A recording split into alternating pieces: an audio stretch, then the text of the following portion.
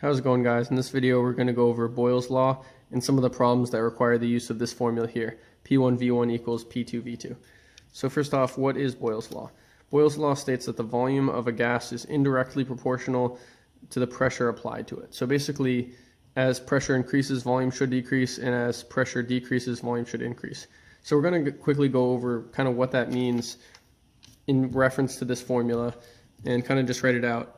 So whenever you're solving one of these problems, you should have, of these four variables, 3 of them. And then you figure out the fourth one based on that. So say, for the sake of the argument, we always have a P1 and a V1. Whatever your two givens that go together are, we assign them to the 1 and 1. If we're trying to find out P2, say, just like in algebra, if we're trying to get P2 alone as though it's a variable, we divide both sides by V2. So instead, we're going to have P1 V1 over P2 equals V2. And that's how we can get V2 alone. And the reverse is also true.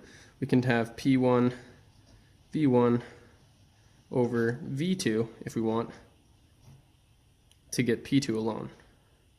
So we're going to use these variations of the formula, and I think as long as you're comfortable rearranging these formulas, or you just memorize them, I think it's easier to just learn how to rearrange them algebraically.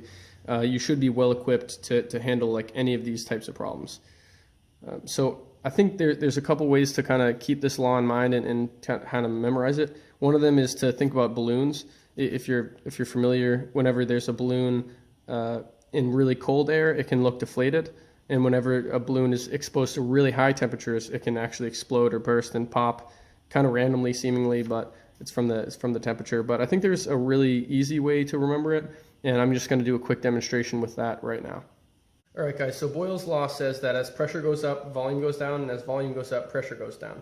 Let's look at this plastic bottle as an example of a container that has a definite gas volume and a definite gas pressure.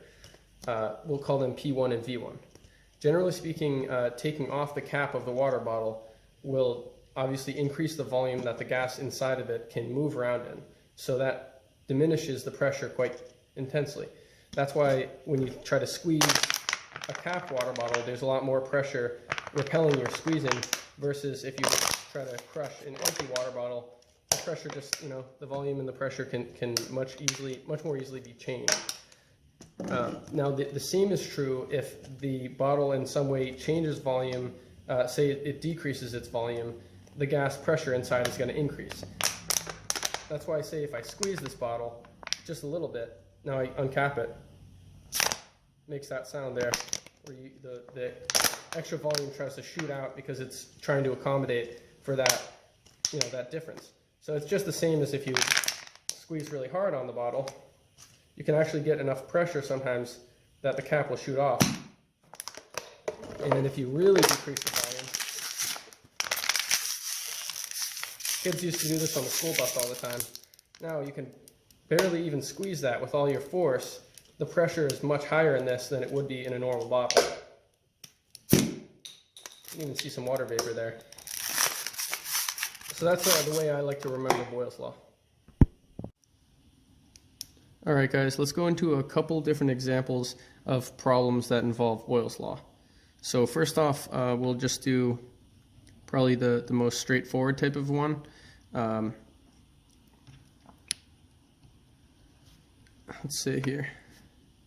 You have 4.6 liters of gas at 720 mmHg, that being the pressure, in a container.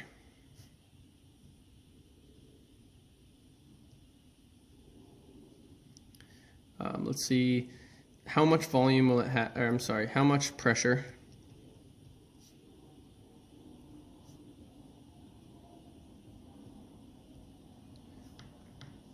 will the same gas have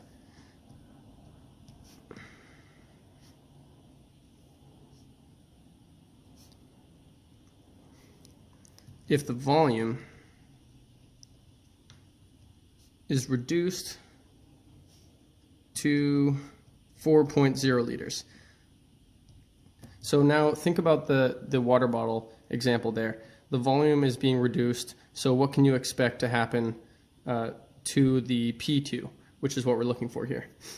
If the volume goes down, the P should go up. So let's just arrange it. We can do either one.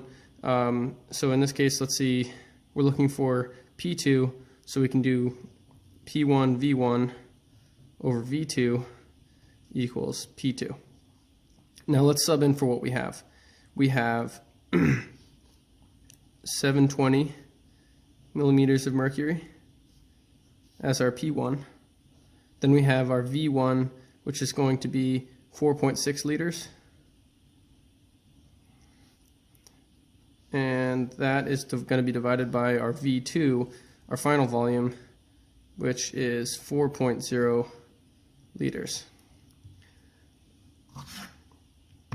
So let's just go through that.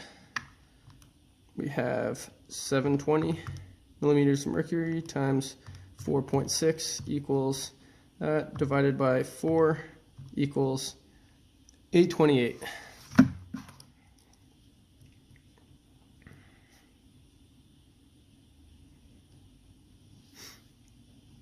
Alright, so that's pretty straightforward. It's really just simple algebra and applying those methods. So now I'll do what I think would be possibly the most difficult type of Boyles Law question that really only uses this formula.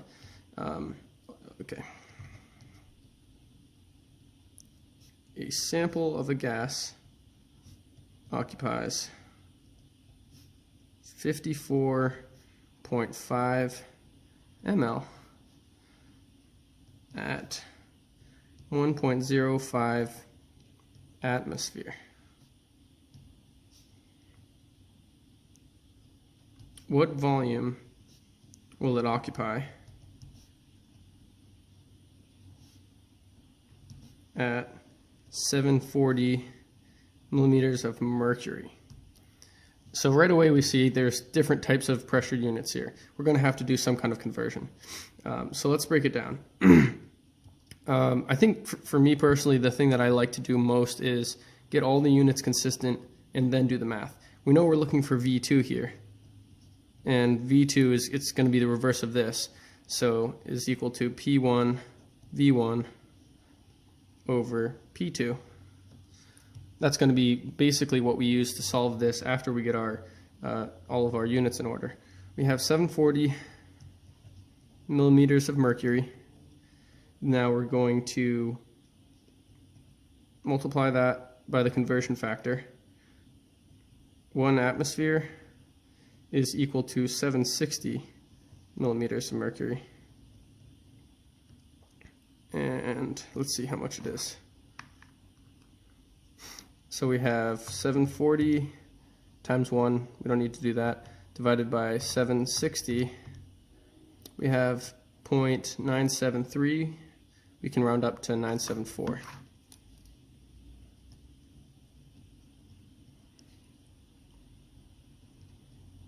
So what we've just done is what volume will it occupy at 0.974 ATM? The other thing we could have done is we could have changed this to mmHg, but it's kind of whatever your own, whatever the teacher is asking for, the professor, is your best bet there. So now let's just plug it into that formula here. We're going to have 1.05, which is our P1, and 54.5 ml. And we know that if the unit on this volume is ml, the answer is going to be ml too. If this is liters, we're going to get liters. Just keep them consistent. And then over here we have 0.974 ATM, which is our P2. Now we just do the multiplication and division. So 1.05 times 54.5 equals that, divided by 0.974 equals 58.7525. So we can, whatever your sig figs are, in this case I think we're probably safe to just say 58.8. And that's going to be ml. And again, if you need this in liters, for example, you're just going to move it over 3.